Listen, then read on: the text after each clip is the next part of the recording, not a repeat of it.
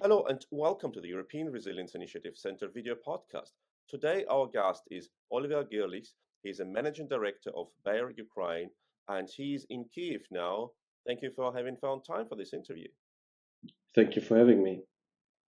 Your company works in Ukraine since many years, and now, and during the last more than 2 years of Russia's full-scale invasion. What was the first impact on your business of the full-scale invasion in February 22?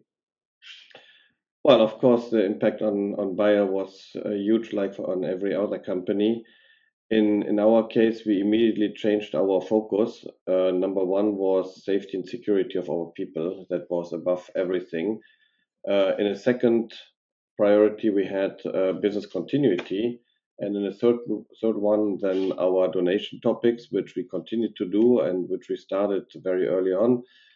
In order to support Ukraine as much as possible in the very important topics like food and healthcare. We were successful with that. We didn't stop working. We didn't close our offices, but we took appropriate measures to help our people to leave Kiev, to leave Ukraine, to go to the West, or to support them with health insurances, with additional payments. So these were the first quick measures that we could take. Did you develop like some strategies for this full-scale invasion case before, or were these strategies ad hoc? We had this in our mind, like basically 95% of other people in the market and other companies, um, and like 95% of experts and other companies, we did not expect that it would be a full-scale invasion. Therefore, we had the plans discussed, but we have not taken measures so far, like renting apartments, for example, in the West and anything alike. But we could react quite quickly because we were, of course, aware that there was a minimal risk that this could happen. And what were the restructuring measures you have undertaken after 22? I can assume, like, with the loss of a lot of territories by Ukraine, like which is under occupation now, and with the war which is topping now in the regions where your company was actively represented in agricultural sector in particular, you should have like changed the ways how you work in Ukraine. Yes, absolutely. So a good example is our seeds plant, which is in the Zhytomyr Oblast. We usually in the high season, and that was high season, which is beginning of the year, first quarter, April. This is usually where you do everyday picking of the materials of the orders and then loading the trucks. And we did not stop it, but we continued to work only with voluntary workers, only people who were ready to do so. Nobody was forced to come. And then we reduced the working hours to some 3-4 hours per day, where we had figured out that the least danger of attacks would be. So we reduced, then one day was picking, the next day was loading. So we managed to fulfill the requirement of our customers, of the farmers, but we reduced the risk of our employees to minimum. What are the main challenges for your clients and for your company now, 2 years after the start of the full-scale invasion? Of course, there's insecurity, that's for sure. So even though we have big portions of the country where you still can do farming, it is about exporting. Right now, the Black Sea harbor is working again and quite well, but there's no guarantee that this will continue forever like this. Then we see additional costs for insurances for our clients. We see additional costs for transport. Commodity prices in general are quite low. So there's a lot of insecurity in the market for farming. In the area of healthcare, healthcare infrastructures are not working properly in some areas or not at all in some regions of the country. Um, Fortunately, delivery has never been a problem. We always manage to provide all our medicines to the market, and we continue to do so. But yeah, I would say insecurity is one of the major topics when it comes to the external factors. Internal factors are maybe rather that we, under martial law, we need, despite everything and the need for mobilization, we need predictability. We need the possibility to plan long term and not short-term changes in laws when it comes to taxation, when it comes to other topics that affect companies. And I guess that many of your clients, because of the situation, the war, they have quite different access also to credit lines. They cannot like finance their business now during the war. There are certainly some. We are not so much affected, so the partners that we are working with continue to pay very well. I have to admit, but we are aware that the market as such has financing problems. I'm very happy to know and to see that this is addressed by external partners, but also within the country. So everybody's trying to find ways how to continue financing, and the banking sector, also with the help of the NBU, has been very resilient. They have been preparing very well. So the fact that the internet and the banking sector continue to work without interruptions was certainly an important factor that business still can be conducted. You have already mentioned two aspects which I wanted to address. One is insurance, and the second one is export routes for Ukraine's grain production via the Black Sea. How can you describe the development on these two markets or on these two aspects of your client's business for the last years, and what is the situation now? If you mean with insurance, the war insurances, there has developed. A good market has been developed over the past 2 years with certain institutions, with some countries. I think there's a broad range of instruments available, and companies that need to finance their business or need to insure their investment that they are doing find different possibilities. It's certainly quite some time to find the right partner because everybody has very different conditions and how and what they would be ready to insure and to which amount. But there's a lot of different tools in the market and it's still growing. So I think that is on a good path. When it comes to the export possibilities, yeah, we have seen again that Ukraine has been very innovative and resilient. Black Sea Port Harbor is working very well. Um, the um, uh, the export through river over the street has been working very well. Of course, the current blocking at the Polish border for quite some time already is not helpful here, and I don't think that this is an adequate way for a partner country and a country that is supporting Ukraine as such quite a lot to continue to do so. But yeah, also export through roads is happening still quite well for us because we are not in a just-in-time business. More difficult for other industries, like for example the automotive industry, where blocks of a week, 20 days are basically mortal to the business. But you have mentioned already the topic of workforce, and I can imagine that you have experienced a huge fluctuation in the workforce. Like some people just left their houses and moved to other regions. Some people went to Europe, to Poland, or to Germany. Some people got mobilized and went or volunteered for the army.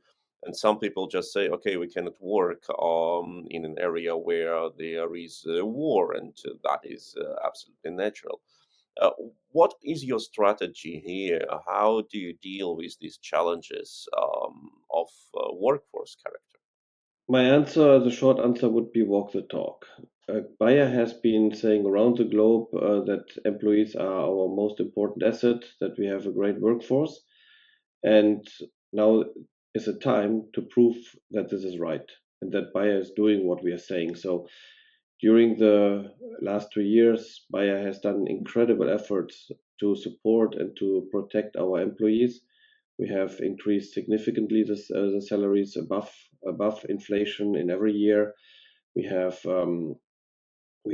supported our employees to move to more safe locations or even outside of Ukraine. We have helped with housing, with insurances. So, in terms of fluctuation from leaving the company, we have not had a lot because our employees really know what Bayer is doing for them and that they are in a good place to be with Bayer. Um, Luckily, we had COVID before the war, so we have learned already in every company how to deal with distant working. So even though we had quite a number outside of Ukraine, or at least not in the region where they are originally working, we managed to maintain our operations very well, and this continues like as of today. We have a couple of mobilized people, but the balance is okay for us. We maintain our employee force as good as possible, and as I mentioned, we don't have so much fluctuation for people leaving the company. And of course, the fact that the company's leadership is in Kiev, which is quite untypical for many areas of transnational companies or political organizations, can also have a motivating effect when people see that the German manager is here, like not just commanding from Berlin or from Munich or from Frankfurt or whatever. It also gives people some sort of understanding, and you can see like what are the challenges. But what is, if I may ask this question, what is the day in Kiev for your company? I've been recently to Kiev, and some days you don't have air raids, but some days you have several. What is the working day of Bayer in Kiev under the Russian air raids? Yeah, we are very strict on that. As soon as we have an air raid, there's no discussion if it is just a plane in the air for seeking information, what you can see in the Telegram channels or anything else. As soon as we have air raid alarm, people have to leave the office, go downstairs. We have converted our underground parking into an auxiliary office. We have Wi-Fi. We have in winter heating. We have coffee, tea, blankets, tables. So we have everything we need to stay there for a certain period of time and continue working. And it works quite well. In the beginning, we had asked people not so much to come to the office, but we had figured out that people had a desire to do so because I want to feel like being part of a company, exchanging with other colleagues, and not only being at home. So we took the appropriate measures so that when people are here, that during air raid alarms, they are in a safe place. Oh, that is impressive, and that sense that you really like have good organization and providing good example. But what is the situation with German businesses overall in Ukraine? What is the mood? Those companies that have been here basically continue to work. And quite some of them also to invest. So I think the overarching opinion is that Ukraine will prevail as a free and democratic country that will continue to develop very well. That you can see by the fact that the companies remain here, that some companies are investing in Ukraine. Of course, the mood um, depends little bit also on the outlook and the perspectives. Right now on the battlefield, unfortunately, it doesn't look that good as it did maybe a year ago. And I would hope that we see again a swing into in the favor of Ukraine. But overall, I would say German companies are present, and as being the president of the German Chamber of Commerce too, I see a lot of interest from German companies to enter the market and asking for information at this period in time to see what is possible. Are there chances for me as a company? So the interest is quite high. And when you say that the German companies are even investing in Ukraine, what kind of investments is it in normal case? Well, take our company. We are investing right now 60 million euro. We have taken that decision after the war broke out in spring 2022. We have finalized the first phase already last year, and we are in phase number two. So the majority of our investment has already been spent. We are enlarging our production by basically 50%. On top, we are by building permanent shelters to replace the provisionary ones that we have today.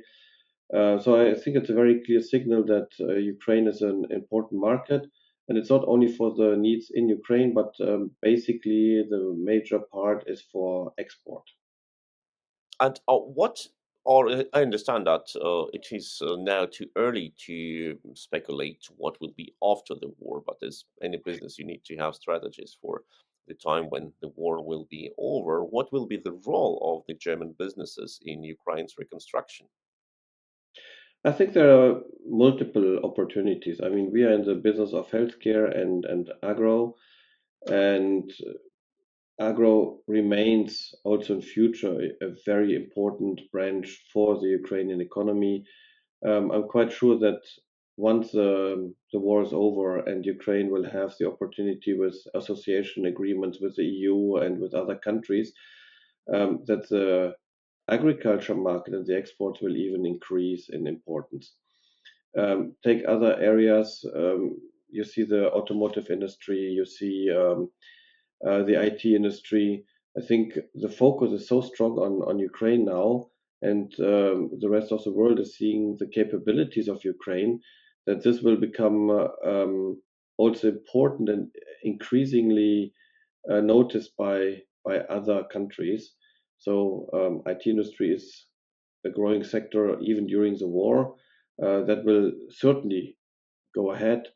Um, I think the topic of nearshoring will be important for German companies with our capabilities of building modern housing with zero emission or low emission houses.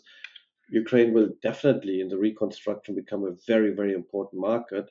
And the fact that Germany is the biggest donor for humanitarian help, I would say that there's probably also certain interest to participate in the reconstruction afterwards. Indeed, and speaking of reconstruction and humanitarian help, as far as I understand, you have provided like some support for Ukrainian demining actions, which is understandable with your involvement in farm business and many of your clients. They are suffering from landmines and UXUs, unexploded ordnances, which have been left on their field. So it's your customers and you have contacts to them. So it was understandable. But how easy it was and what are the demining challenges in Ukraine? Yeah, unfortunately, the mining problem will remain a very long one. Being German and being born more than 20 years after the Second World War, I can tell you that still today, when you're digging in German cities for an underground parking, we still find unexploded devices from the Second World War. So I'm very much afraid that Ukraine will have such a fate too. And even many decades after the war, there will still be some risks in areas. Therefore, it's very important now that demining is handled as thoroughly and as quickly as possible. That's where we are participating in. Bayer was the first company to buy a huge demining machine that we provided to an NGO that is specialized in demining, Fondation Suisse de Deminage. And that machine has been working throughout the entire year last year to demine already big portions of farming land. Uh, we have teamed up with USAID to produce leaflets for farmers who are working in areas that could potentially be contaminated, to understand how they can detect these devices, how they can protect from that. And we are also working on a new initiative. It's a bit early to talk about it, but we are continuously working in the demining area. But that is only one area that we have been engaging in our donations and humanitarian help.